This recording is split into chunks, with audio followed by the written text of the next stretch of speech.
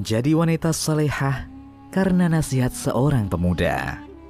Mungkin sedikit orang yang menyadari bahwa istiqomah dalam ketaatan adalah salah satu bentuk dakwah.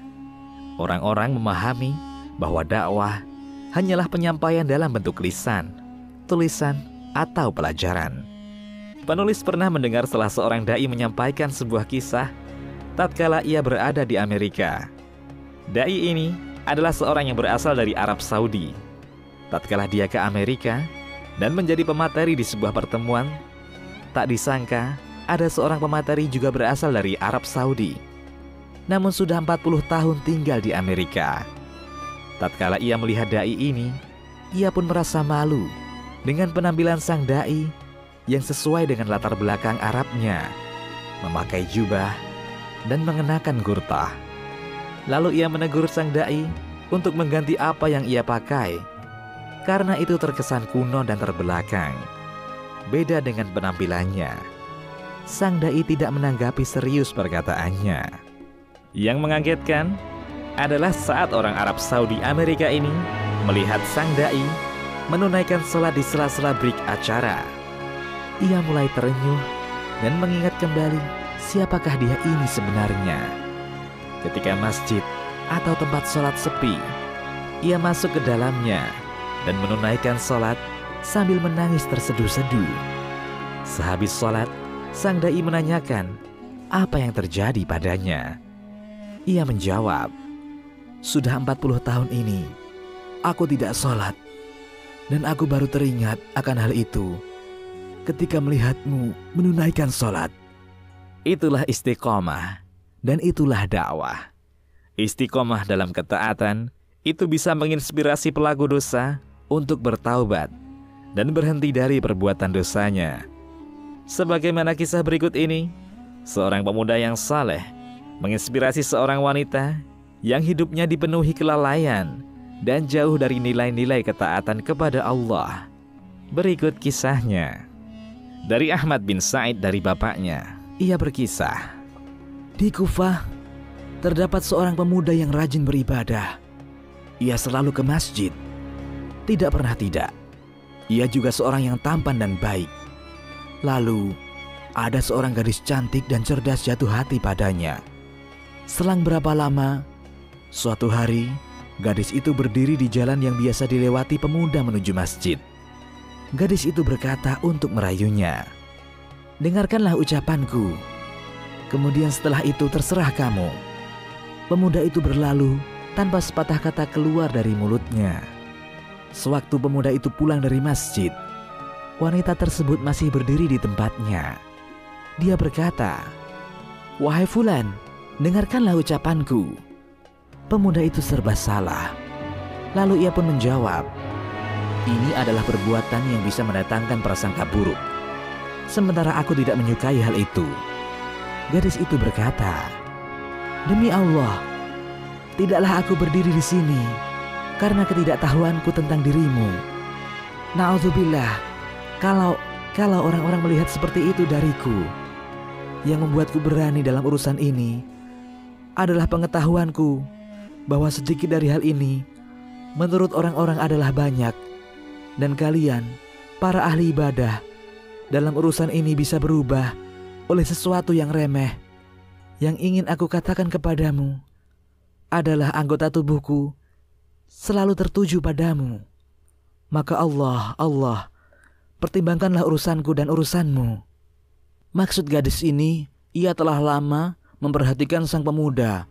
Oleh karena itu, ia katakan tujuannya berdiri di jalan tersebut karena tahu dan kagum kepada sang pemuda.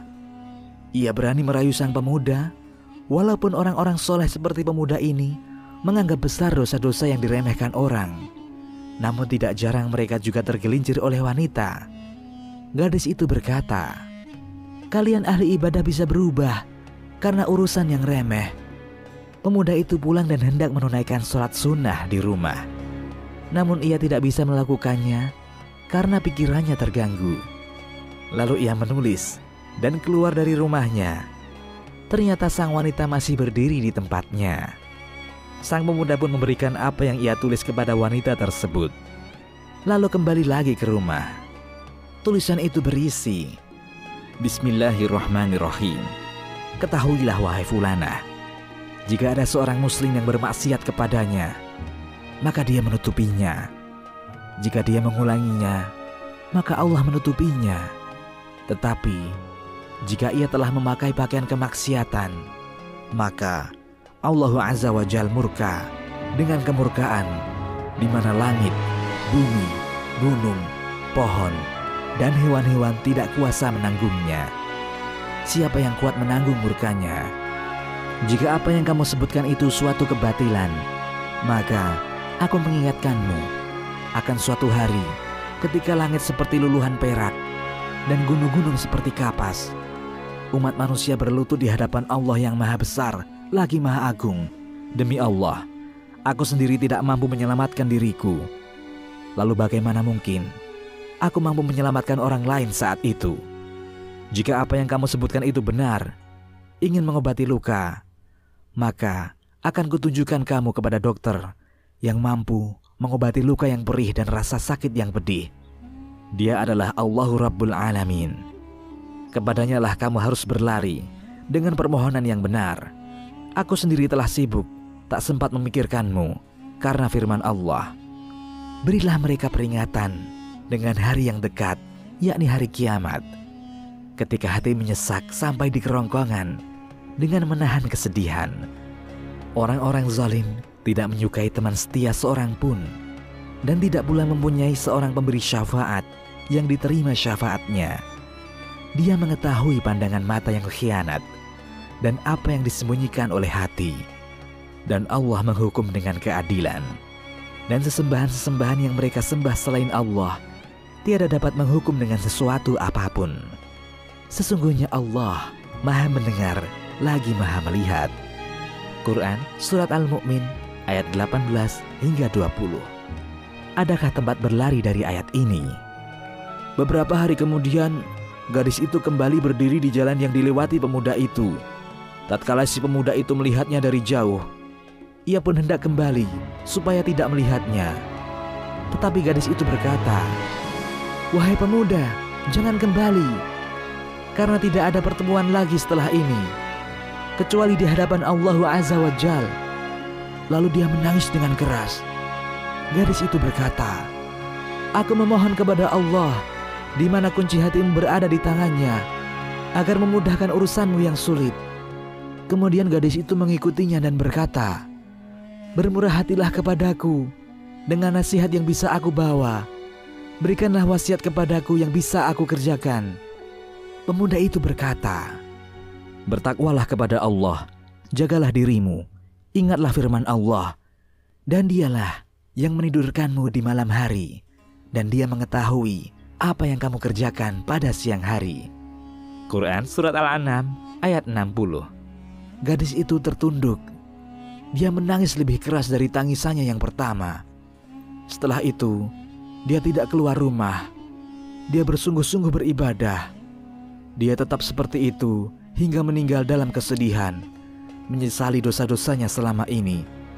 Di kemudian hari, pemuda itu teringat akan sang gadis. Ia pun bersedih karena kasihan kepadanya. Menurut penilaian kita, wanita itu tidak merasa. Wanita itu tidak meraih apa-apa dari orang yang dicintainya. Tetapi dia meraih sesuatu yang lebih utama dari dunia dan seisinya. Ia menemukan jalan yang baik dan amal yang saleh.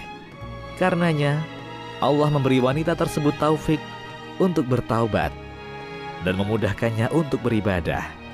Semoga di akhirat dia meraih apa yang diinginkannya dan berkumpul dengan orang yang dicintainya. Demikian, Allahu a'lam.